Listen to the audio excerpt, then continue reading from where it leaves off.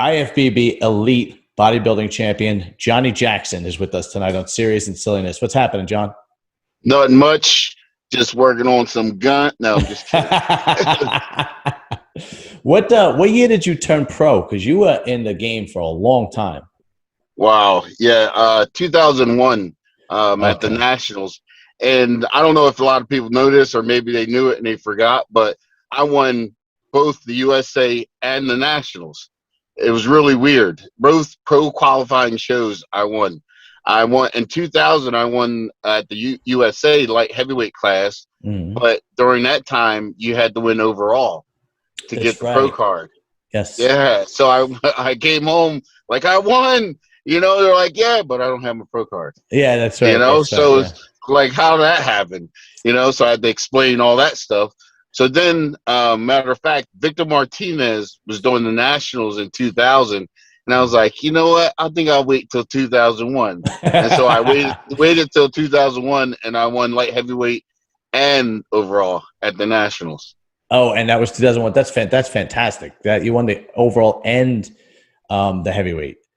Because yeah, light heavyweight. Oh, light heavyweight. I'm sorry. The same thing happened to Vinny Galante. He did the USA. He won his division, but didn't win the overall. God, I think in the late 90s or mid 90s or something like that. Yeah. Where are you from? Because you have a South Jersey, Philadelphia kind of accent.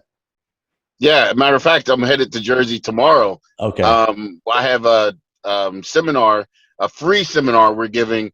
Myself, Branch Warren, Guy Sistanino, Dennis Wolf will be there. Wow. A lot of MMA fighters and some boxing superstars as well, giving out a free seminar at Apollon Gym. So they're in Edison, New Jersey tomorrow. So I'll be flying out about 3 o'clock tomorrow, Central Standard Time. So that's where I'm from. I'm from Hamilton, New Jersey. Okay. Because everybody seems, especially the later generations, I would say the generations into 2006, 7, 8, they think you're from Texas. Yeah. And they all think you're from Texas because you somehow hooked up with Branch.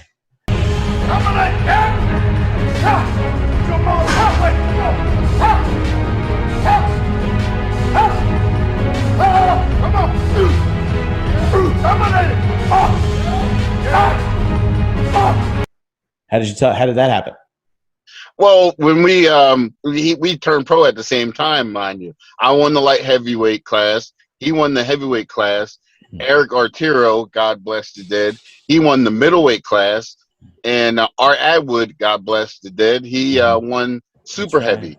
And we're all from Texas. We all live in Texas. Okay. You know, so it was a pretty cool deal in 2001 for Texas. Did you always train with Branch, or that was something that No, that's what I'm getting at. Okay, good. We met once before the Nationals. I met him once before. It was at a show that I was doing, the Heart of Texas here in Texas.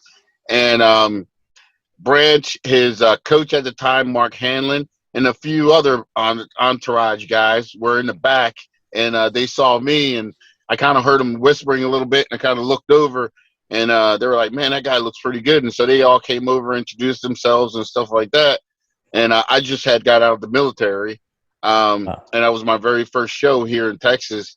And, I actually tried to call Mark Hanlon probably the whole week after, because they wanted to hook up, and me started working out with him and stuff like that. Then the whole group. But they never returned my phone calls. So anyway, after the Nationals, I was working out here at Stroud's. I'm talking about here. I'm outside the gym. Obviously, I'm in my truck. I got a client to train. This is where I usually train at Stroud's Fitness here in Hurst, Texas. And he worked out at South Lake Training Center with Mark Hanlon and Metroflex, the original Metroflex gym in Arlington, Texas. So he came over here to work out. And I was training my client, and I looked over, and I was like, holy crap, there's that guy who won the heavyweight class at the Nationals, you know? And he walked over to me. He's like, hey, man, what's up? He was like, what are you training tomorrow? And I said, back. He was like, you want to hook up? And I was like, hell yeah. And we trained every day since then. That's it. That's how it happened. Now, those videos that are on YouTube and whatnot, those are probably the most motivational bodybuilding videos anybody has ever seen. The energy is amazing. The workouts are intense. Even till this day, I meet young guys in the gym that are like, oh, I watch Branch and Johnnie Jackson before I come to the gym. Did you ever meet somebody that could match your intensity, you and Branch? Well, no, that's why I'm working out with him. He's the only one. Other than Branch, before him, my brother, my oldest brother, which I lost. And that's kind of why I'm a pro bodybuilder now, because it was his dream. One of his dreams before we lost him. And I was in the military right at 10 years. And I decided to get out instead of, re-up and continue my career, because I figured I would end my career in the military. But when when my brother happened, I, left the military and decided to make his dream mine, and it's something we were doing together. And it took me 4 years. I turned pro and been doing ever since. That's fantastic. How, tell me about your IFBB career. I know you've had a few wins. How many pro wins have you had? 7. 7 pro wins. And how many? Including Arnold. And Arnold. Oh, which Arnold was that? That was South Africa in 2017. That's right. I remember that. That's right. Okay. How many times did you come in second? Jesus. Yeah, I don't even know. So many times, I don't even know that number. Well, I've known you know what? I know I competed in over 80 pro shows. Wow. Really? Yeah. And most of them was second place. That's amazing. All right, I'll narrow it down for you. Which one hurt the most? Which second place were you like, God damn it, I was that close? Well, every one of them. Are you kidding? and damn near every one of them was with Durham Charles winning and me coming second. So you have no idea how frustrating it was. I was like, "Will this guy just stay home?" I'm sick of this guy. Yeah. And especially at the Toronto Pro, we did that several times. And then I finally beat him the 1 year they made the Montreal Pro. So we went to the Toronto Pro first. I got second. And then I think it was like maybe a month late, not even, maybe a couple weeks later was the Montreal Pro. And I finally beat him. I was like, holy crap, this is about time. Yeah, really. Now, what about Olympians? How many Olympians have you trained? Have you competed in? 14 Mr. Olympias. 14. Wow. And what was your best placing? 9th was my best placing. 9th. And you won. How well did you do in an Arnold Classic, Ohio? 3rd was my best placing. Wow, that's the Arnold. That's pretty damn good. What year was that? God, that's a good question. Dexter won. Of course. Ben Pulowski got 2nd, and I got 3rd. God, I don't know what year that was. Had to be like 11 or something like that, somewhere around there. Something like that. I can't remember. I don't remember. That's all right. Yeah. Well, I mean, that's a Hall of Fame career. It is a Hall of Fame career. You were in bodybuilding during the transition from when there was no social media to social media madness. So you went from the magazine generation and you were in that life till the social media madness. Yeah, I was killing the magazines at one point. Big time. At one point, it was like every other page was, I was on it. It was awesome. That. Yeah, and it wasn't only it was multiple magazines too. Muscle Mag, I was with them. I was with Muscle and Fitness, with Flex, with Iron Man magazine also, and Muscular Development as well. I think Muscular Development was the first one I was with. Yeah. I remember that. I was a huge fan. I've been a huge fan of bodybuilding since I'm 14 years old. Now, when the social media era kicked in with bodybuilding, that gave birth to criticism. It gave birth to Facebook, Instagram, MySpace, podcasts, YouTube channels, and guys like me, or guys like, Nick Strength and Power, or whoever else you could name, started doing what most athletes have gone through, and that's being criticized by the fan. How did you deal with that transition? And did it bother you or didn't it bother you? Oh God, yeah. Good question. First of all, yeah, social media, it's a wonderful thing and it's one of the worst things in the world for us as well. Um, and why I say that was because we made a ton of money before social media came about, with magazine deals, and not only the magazine deals, but even selling autographed pictures. Like I remember going to a contest, sitting down, and I stand up and have at least between $2,500, $3,000 from just selling autographs, not Hmm. talking about T-shirts or any other Yeah. products, I still got just a few of them back autographs. there. Actually, there's Branch Yeah, right there. cool. That's a Branch Yeah, one right there. yeah, Yeah. All right. yeah. So go That's ahead. pretty cool. Um, and so that social media totally took that avenue away from us. You Hmm. know, people can go on and just download pictures at will and stuff like this. And one of the other things which was really weird, when social media started, also, the companies, the supplement companies, start bringing photos of us. They start, printing out photos of us themselves and bringing them to the booth and telling us not to sell our pictures at the booth. We had to give away, the pictures that they had, waiting for us. And so the fans caught on to it. So when they would show up, they would, you know, or when they would come to like meet the pros at first, and then the next day would be the expo. When they Hmm. would come to meet the pros, most of them would say, "Oh, don't buy a picture. Just wait till tomorrow. You'll get one free." Oh, So yeah, so I was like, wow. So yeah, they totally snatched an avenue of money, of revenue away from us right off the bat, um, and that's one of the horrible things about it. Second of all, is the removal of the magazine, so that contract got removed as well. So that hmm, was money off the plate because no longer are there magazine contracts. hmm, Um, I don't. I'm not sure, but they may have, some social media contracts. You know what I mean? Because I think they got them online, some magazines online and oh stuff yeah, like that. okay, So they yeah, may have some stuff like that going on. I'm not sure. I wasn't, blessed enough to, pick up that avenue yeah, of revenue. Unfortunately for me, but that's okay. But then again, social media is good because you're able to express a lot more than what we weren't able to. Because not everybody, and I was one of them, wasn't into social media. But there's a lot of guys who are and are savvy to it and was able to make, you know what I mean, a decent amount of money and exploiting and using social media for what it is. sure, So on that account, good for them. For people who didn't know, it sucks, but it's not social media fault.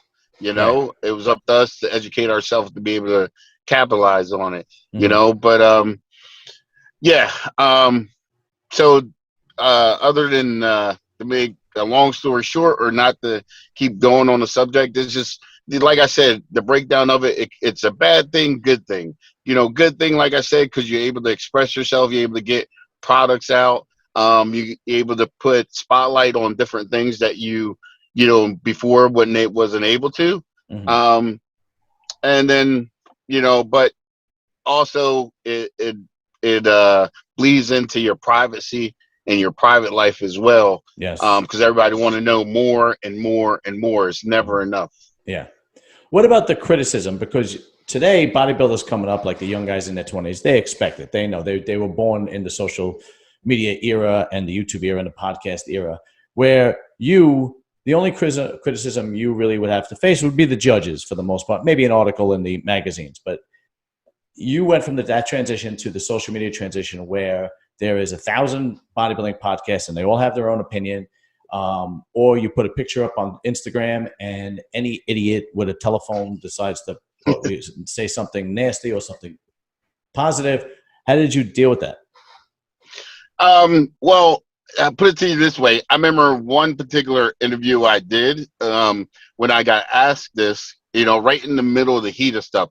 Because I know one time I got, I can say it now because I'm not competing anymore, but I guest posed in Sweden it was, and I didn't look my best. You know what I mean? Oh, you Not were guest even posting. a little bit of my best. Yeah, but it was a little bit ridiculous, I have to admit. And I got hit hard for being that out of shape, you know, guest posing and stuff like this, you know, which, you know, really stunk.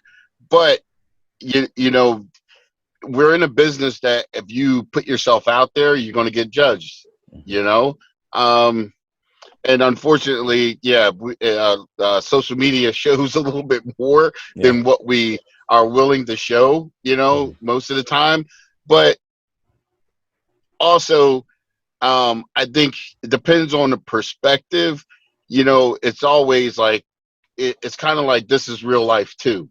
You know what I mean? Like, we are human and we can get caught slipping, and nobody's robotic and perfect and all that kind of stuff. So in a way, you got to see someone, you know, in a different light, to where, you know, in another way, they might think that's not achievable. Like, if they always seen me perfect, in a perfect light, look perfect, that may deter some guys who want to turn pro to try to turn pro, because like, I can't achieve that. Right. That's impossible. But at least social media, and, you know, and that happening to me actually captured, like, this guy's a human being just like you are, you know, and he can get caught slipping.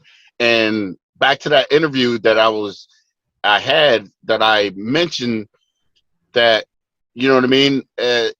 Whether it was positive or somebody saying something negative, regardless, my name is in their mouth. So I must be doing something significant, because you're talking about me and I'm not talking about you. That's right. So regardless, people are getting to know who I am through you. So thank you. Right. You know, and I kind of cut back on a little bit of it, like, oh, this guy really don't care. So it cut back a little bit on it, not a whole lot, but you know what I mean? It is what it is. You know, I never shy away. I keep myself, keep things realistic. Never thought I was better than anyone else, you know, especially because I'm doing something that someone else isn't doing, or doing something somebody wants to achieve. You know, I'd rather help them or try to show them, you know what I mean, that, you know, it's all about the process, is all about your journey as well, not always looking the best out of everybody else, you know, so you can appreciate the journey, you can appreciate the process of trying to make yourself better, or whoever else better than what they was in the start of things. Okay. So now I'm going to fast forward a little bit, and still talking about bodybuilding. I believe it was the 2020 Arnold Classic. Was it the 2020 Arnold Classic? That was your last show? Yes. So you had retired before that. I don't remember what year, but you had retired. 2017. And then you made a comeback. What was the reason for the comeback? I don't know. You know what? You know, I'm still wondering what the hell was on my mind. But no, it was right before all the COVID stuff, and you know, I had got re-signed up with Gas. You know, we signed a new contract, headed down the road and stuff like this. They came up with the Iron World Tour in China. And so I was one of the guys. Myself, Branch, was the two athletes that they brought out there. And so, mind you, like you said, I retired. I opened up a gym. You know, I was pretty, you know, getting pretty, you know, gut friendly, you know, or gut heavy and stuff, like being dad, getting the old, you know, the dad bod going. You know, I was really grooving there for a minute, you know. And like I said, well, you know, Gas signed me back up. You know, I started down the road on that. They had the, you know, Iron World Tour in China. They brought me and Branch there. Me and Branch started training, because me and Branch had stopped training, you know, consistently. You know, it was a hit and miss, because life, you know, we got two different lives now. But getting back on that tour, training together, showing China what we were up to and what we can do and what they can't do, you know, got me back thinking, like, man, wait a minute, maybe that was premature, you know, and feeling good and grooving. And Branch was like, hey, I'm right here, man.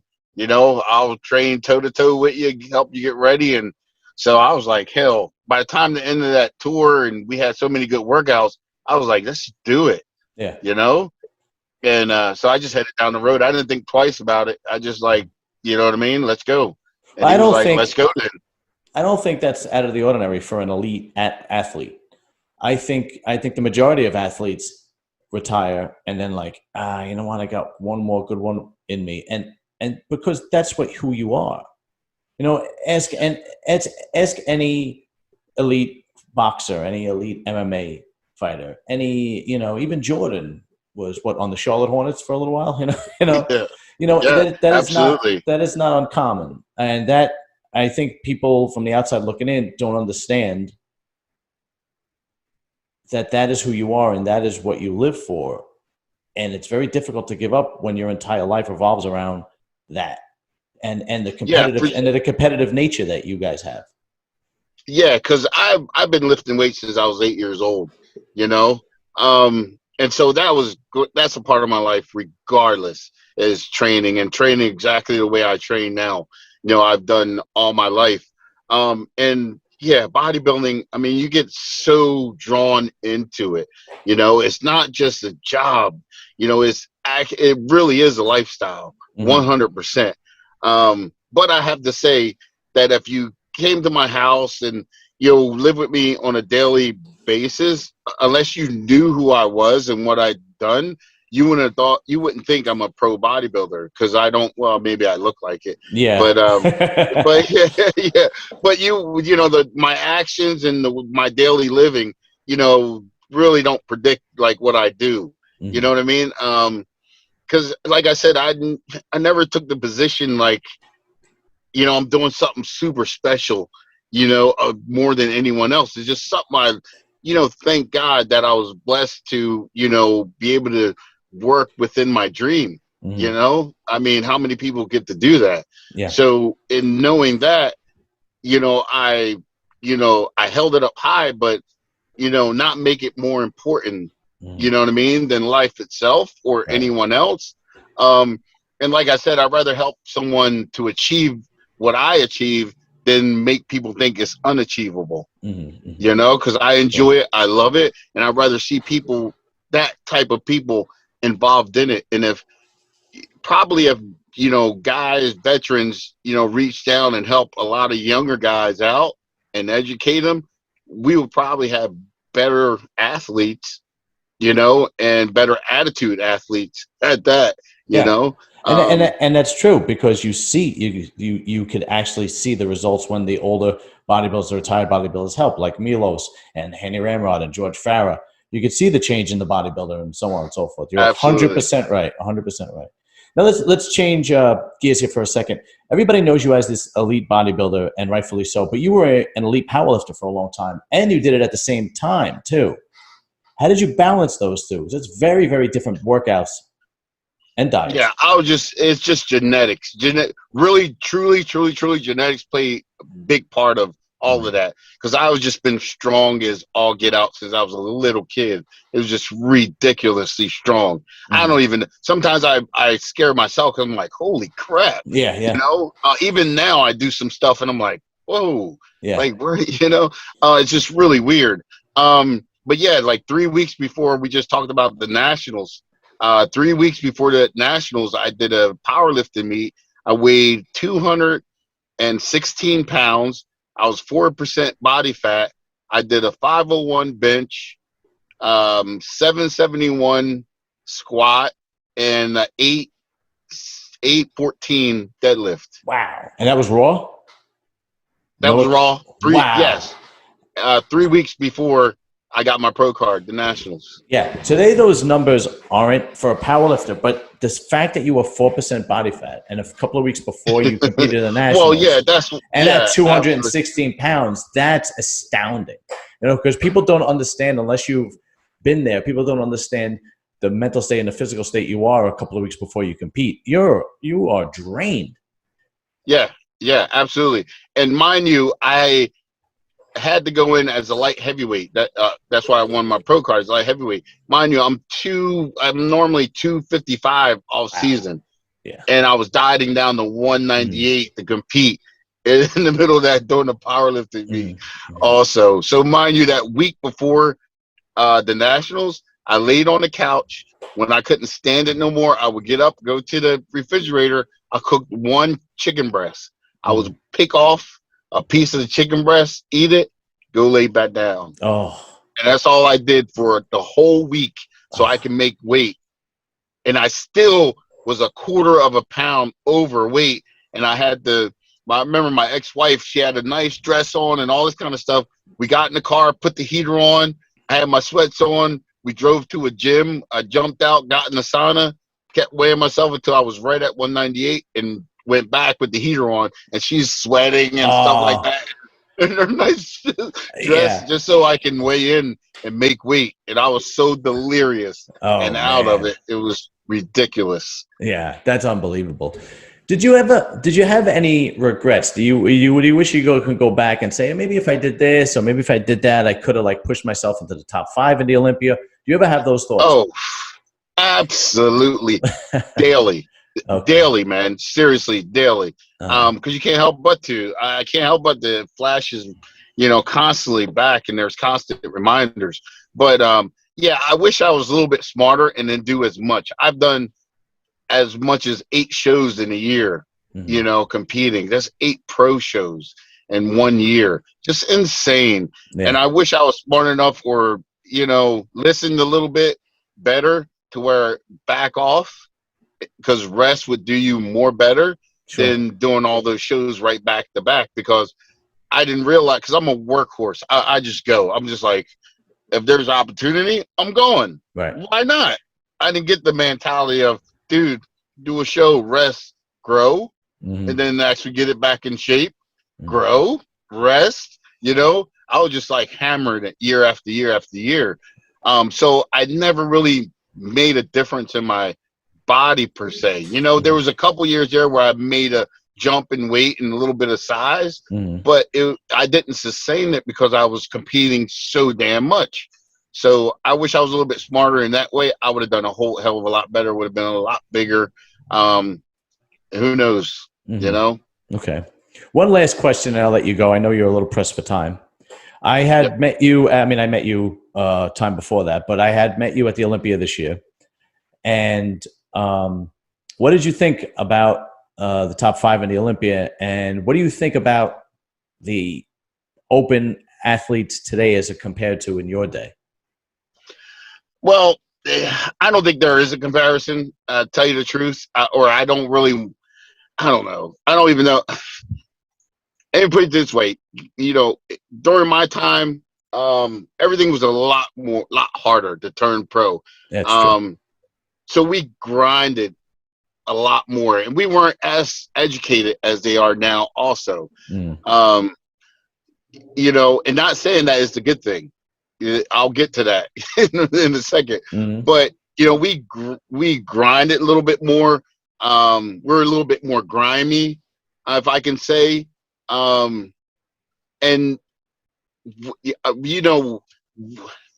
what the things that we did to our body, or the look that we came up with by the time we got to stage, was the actual work in the gym. You know what I mean? Like almost like a sculpture, or got a hammer chiseling out his sculpture. That's what we were doing in the gym. These days is who can afford the better education, or the better knowledge guru, and the better supplementation, if I would say. You know what I mean? And that's what's predicting who's who these days, not who worked harder.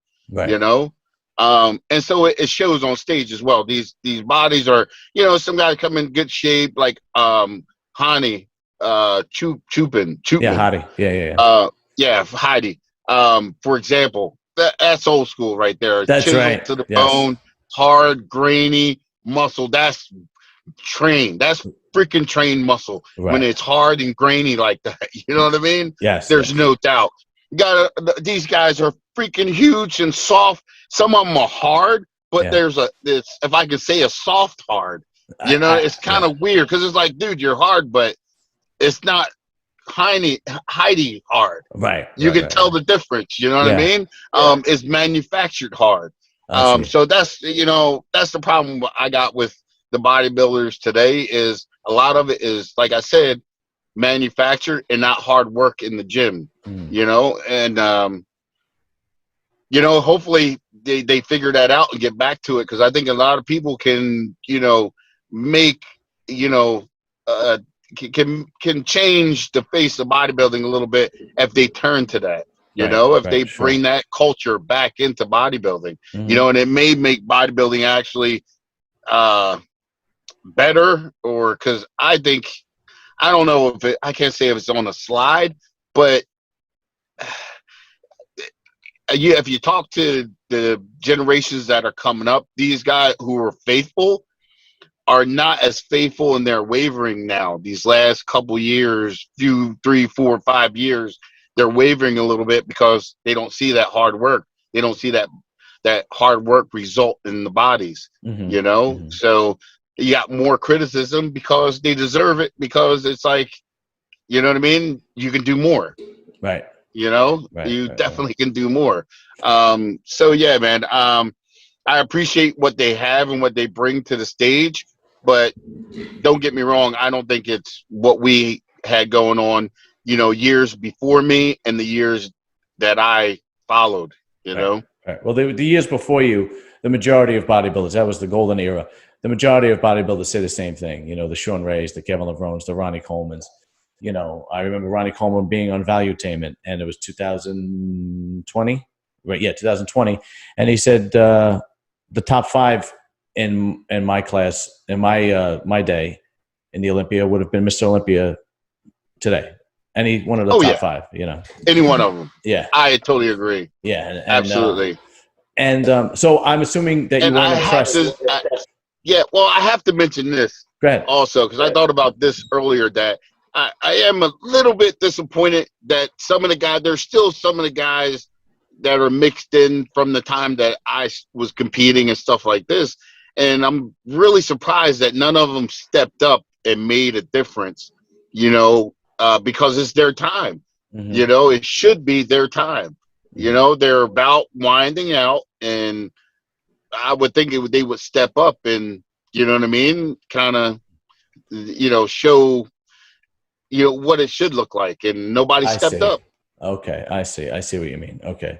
Everybody looked the same or flat, or, you know, not all the way in shape or whatever. Like, this is like, wow, like, this is your opportunity. Like, you guys have been competing for a while, and behind Ronnie, behind Phil, you know, this, that, behind Jay, there's still guys are in the mix. You're educated now, you know what I mean? You know, move forward, and they're just doing the same, you know, more or less doing the same thing they've been doing. You don't let new guys overstep them, and they're still in the same slot they was. So I don't know. Well, I don't know. I mean, you're right. The guys that have been around are slipping, and the younger guys are creeping up. I don't know if it's just the cycle of athleticism, you know, where the new guys always kind of come up, or you might be right. You might be like, what's the problem here? You guys should be rocking at this point, and you're letting these new guys take over. Yeah. Yeah, because there's a lot of people complaining about it, you know, but there's not a lot of people making a change to do something about it. Absolutely, yeah. Well, Johnny, listen, I know you got to go, and I really appreciate the time and the opportunity to interview. You've been an icon in the sport, a true champion, and whatever you have planned for the future, I know it's going to work out. And I truly, truly appreciate the privilege of interviewing you, sir. Thank you very much. Much respect and much love to you. Yep, thank you. And sorry about, I know you contacted me before now, and sorry That's about all right, the late, man. you know, late interview, but it is what it is, and we hooked up now, so hopefully this will do. Yeah, we got it, and we'll keep it going. Thank you very much, sir. All right, man. All right, talk to you soon. All right.